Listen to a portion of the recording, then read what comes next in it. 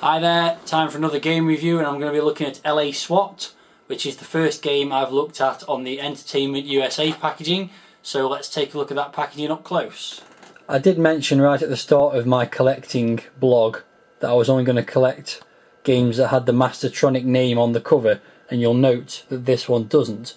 So you might wonder why I'm including these games in my collection, and the answer is pretty simple. Some of them, for example Ninja, do have the words Mastertronic on the front cover, and I can't very well collect half the Entertainment USA ones and not collect the other half. Also, if you look at the spine compared to a genuine Mastertronic game, you'll see they're pretty similar, to say the least. So that's why I'm collecting all the Entertainment USA ones. Okay, so back to the cover. And we've got a guy in a SWAT team, I guess, and Entertainment USA logo at the bottom, and some police cars.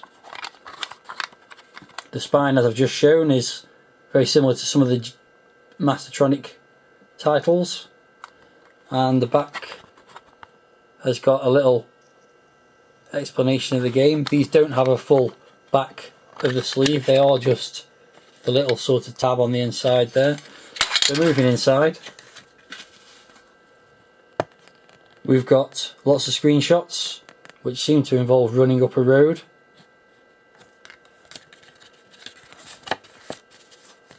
And then inside, mostly a blank inlay, apart from this page, which has got some details. Look at this, it takes place in Los Angeles 1999, which would have been about 10-12 years after the production of this game, but is now ancient history.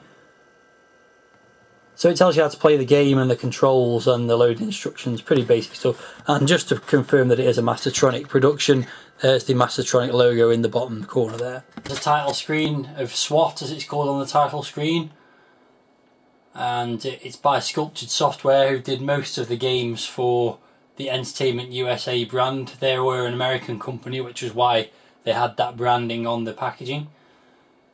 Also does mention Mastertronic on the title screen there. No music on the title screen, so let's get on with the game, which does have some music, which is pretty bad.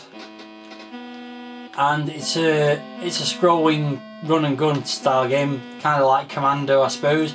As you can see, the two other members of the SWAT team just walk at the back of the screen. They're lives effectively, and I've just lost one life, been beaten to death. So there you go, when you lose a life, this guy comes and replaces you, man. They don't do anything otherwise. The little pink guys walking down the screen, I'll just shoot one of them to demonstrate.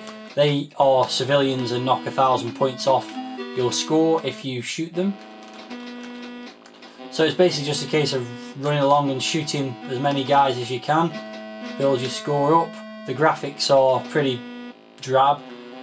I think I could have made graphics almost as good as this using the shoot 'em up construction kit on the Commodore 64. In fact, I kind of think I made a game like this on the shoot 'em up construction kit back in the day.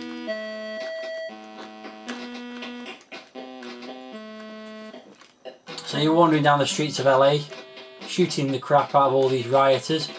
There's a guy shooting from the roof by the looks of it here. Interesting. Can't get at him. Gotta try and dodge him. Just go around the long way round to avoid him.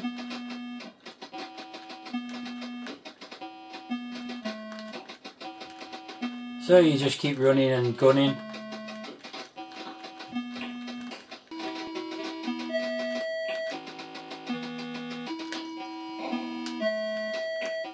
You might have just noticed there, and I'm sure it'll happen again fairly soon if you didn't.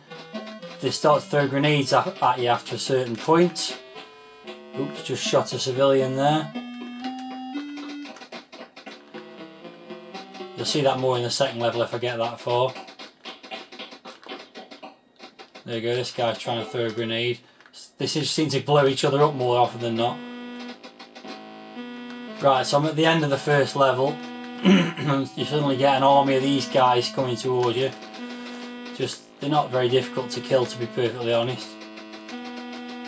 And when they've all come, you get this guy who's got a hostage, so you've got to try and shoot him without killing the hostage, which is proving quite difficult.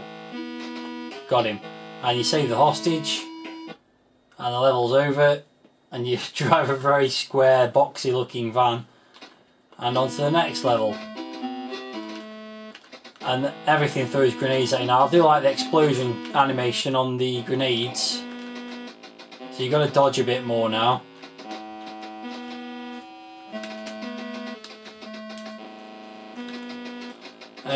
That's pretty much it for the game. It's not particularly exciting. It's a classic arcadey style run and gun. If you like games like Commando and Ikari Warriors, I'm sure you'd be pretty pleased to play this back in the day. As of right now, however, it's pretty dull, and the music's very depressing. Sound effects aren't great. The graphics are unspectacular. I just got blown up by a grenade there. Onto my last man.